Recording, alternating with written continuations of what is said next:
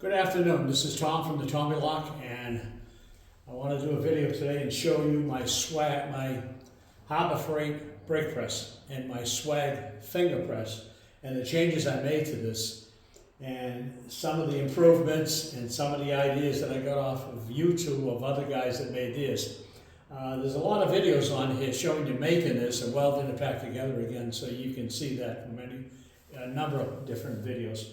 So today we're just going to go over this and show you what I've done.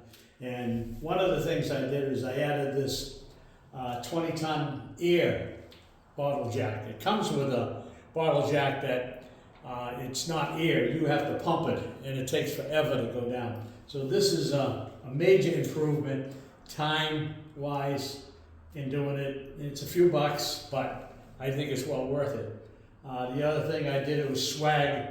I got the knob for the release on this instead of putting the pipe in. To put this pipe in every time you want to go up and down and pump it on the other presses, it's a pain. I got a lot of ideas off of YouTube, and I look at YouTube a lot. As far as Swag goes on their finger press, I've bought some of Swag's products, and I've got to give them a good shout out and thank them, because their products are made in the USA, and anytime you can buy something made in this country and save jobs, it's the way to go. And they're good to work with. I called them a couple of times and they actually answered the phone, not like some other people. I had a 10% coupon that expired, and I called them up and they said they would honor the coupon, and that was very gracious of them. And not only that, I asked them if there was any way that I could use PayPal to pay for this, and they sent me a link to do that. So, what can you say? What can you ask for? And they were great to deal with. So, but that's the finger press.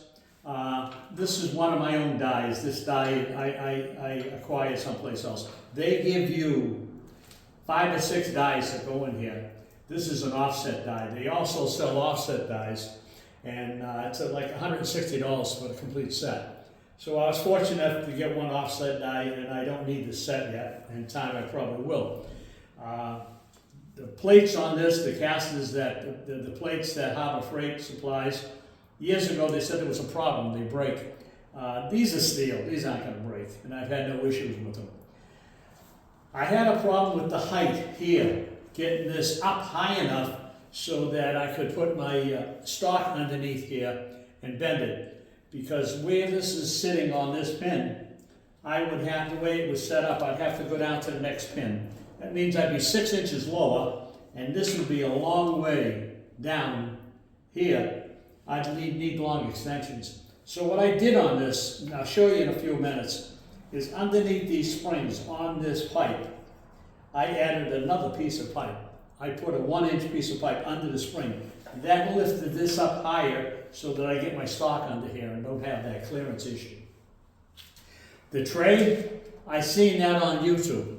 And the gentleman that made it, his website, I want to give him a shout out. The only problem is I wrote down his website and I lost a piece of paper. What happens when you get old, you get forgetful. So, but I'll find it sooner or later. This is made out of 3/4 by 3/4 angle with a plate inside, which is, it's just a piece of probably maybe 20 gauge or less than that, and it's tack welded on the framework. This slides in and out on these 7/8 pipes, and it's very easy to remove. And it's nice because any stuff that you're working on, you can pile it up down here. And it's solid, it's not going anywhere. I'm gonna get the camera now and bring this in closer and show you a couple of more things. Now, like I say, in here, I don't think you can see it though, there's a piece of pipe right underneath here that lifts this spring up to give you that lift. I've got 3 pieces of angle iron in here so I can make smaller bends. You can take these out and use a larger angle iron to make a bigger bend. And that's that tray again. The casters on here, I bought at Harbor Freight. what you got to look at it on the casters is these two are locking, the back ones are just swivel. They look like they're made by the same company.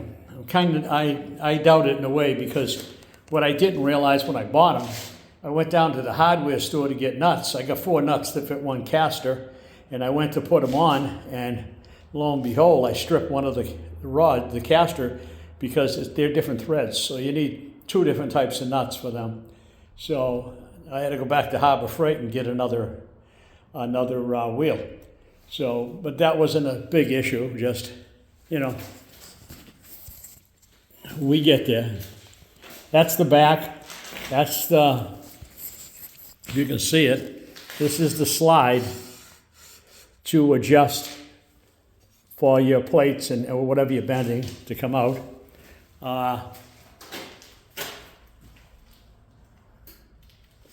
So, like I say, it probably took me a better part of, it's taken me days to put this all together and do the different work on it, believe me. It's tough when you get older, you get slower.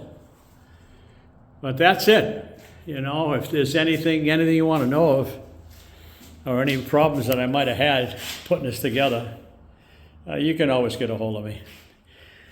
This is my Certa-Flat table. You can look at that on my website on YouTube, and you can look at some of the improvements I made on that.